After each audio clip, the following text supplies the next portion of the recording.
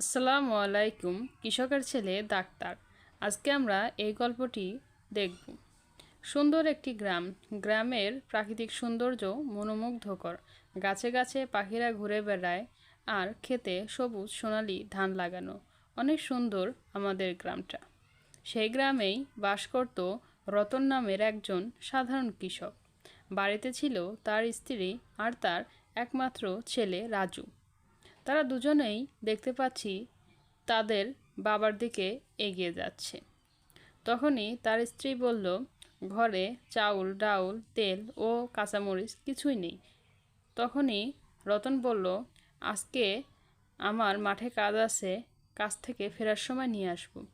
তখনই রাজু বলল, বাবা, আমার জ্যামিতি বক্স, কলম, খাতা ও পেন্সিল চাই।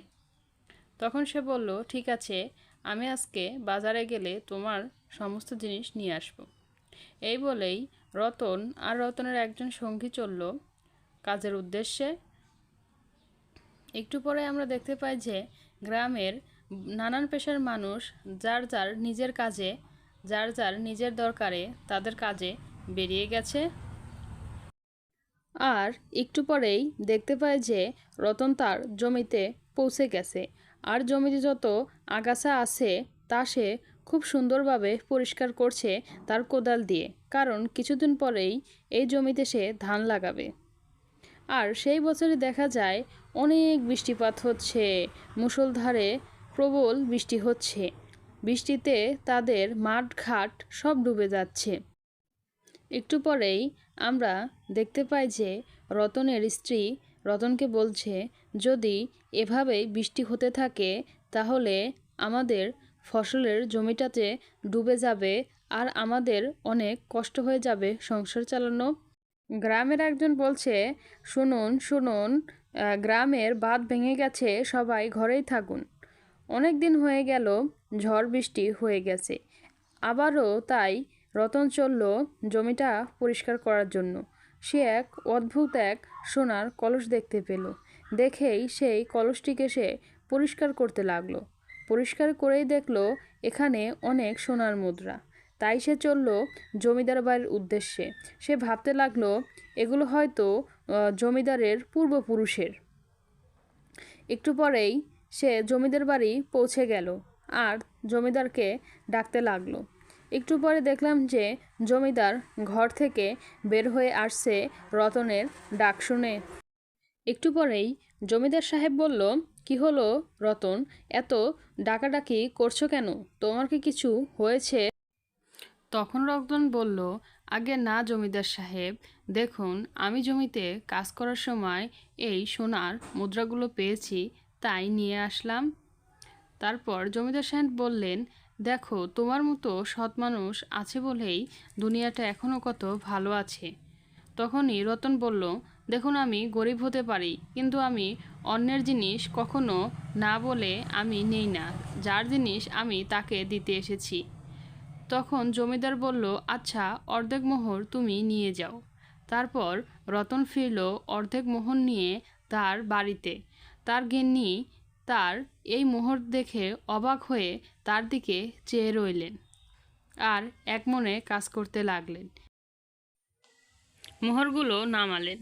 তারপর তার গিন্নি বললেন, তুমি এগুলো কোথায় পেলে আর কোথা থেকে আনলে?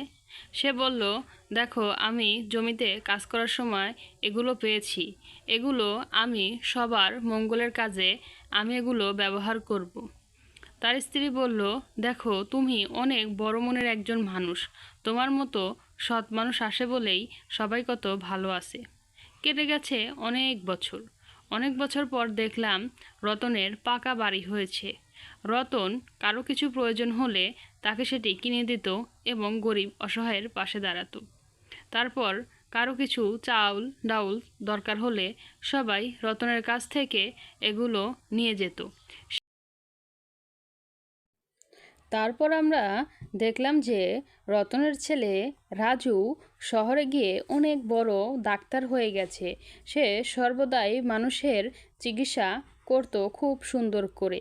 মানুষ তার দ্বারা অনেক উপকৃত হচ্ছিল। এরপর একদিন রাজু তার বাবাকে ফোন করে বললেন, আমি গ্রামে আসতে চাই। তখন তার বাবা বলল, খুব ভালো কথা, গ্রামে এসে তুমি মানুষকে সাহায্য সহযোগিতা করতে পারবে। তুমি একবারেই গ্রামে চলে এসো। এরপর আমরা দেখতে পেলাম যে রতন সাহেব দোকানে বসে চা খাচ্ছিলেন। তারপরই একজন গ্রামের লোক তার দিকে হেঁটে আসতে লাগলেন। আসলে তার ছেলেকে রতন অনেক টাকা দিয়েছিল সেই মুদ্রা বেচে, যার সাহায্যে তার ছেলেকে সে অনেক লেখাপড়া করিয়েছেন। সেই সোনার মুদ্রাগুলো সে একা খাননি, তিনি এলাকার মানুষের সাহায্য সহযোগিতা করেছেন, সেটাই তিনি বলছেন। এরপর দেখলাম যে রতনের ছেলে রাজু বিশাল বড় একটি গাড়ি নিয়ে তার গ্রামে ফিরে আসলেন। হয়তো আর কখনোই সে শহরে ফিরে যাবে না। তারপর সে গ্রামের এসে পৌঁছালেন। তারপর সে হেঁটে হেঁটে তার বাড়ির দিকে যেতে লাগলেন। আর কিছুক্ষণের মধ্যে দেখলাম যে রাজু তার বাড়িতে পৌঁছে গেছেন। বাড়িতে ছিল তার মা, বাবা ও তার দাদু। সবাই অনেক খুশি হয়েছেন, কারণ রতন অনেক দিন পর তার গ্রামের বাড়িতে ফিরেছেন। তখন রতন বলল, বাবা, আমি আর শহরে ফিরে যাব না, এখানে থেকেই গ্রামের দরিদ্র মানুষগুলোকে চিকিৎসা সেবা দেব ও তাদের কষ্টের ভাগিদার হব, যাতে সবাই সুস্থভাবে জীবনযাপন করতে পারে।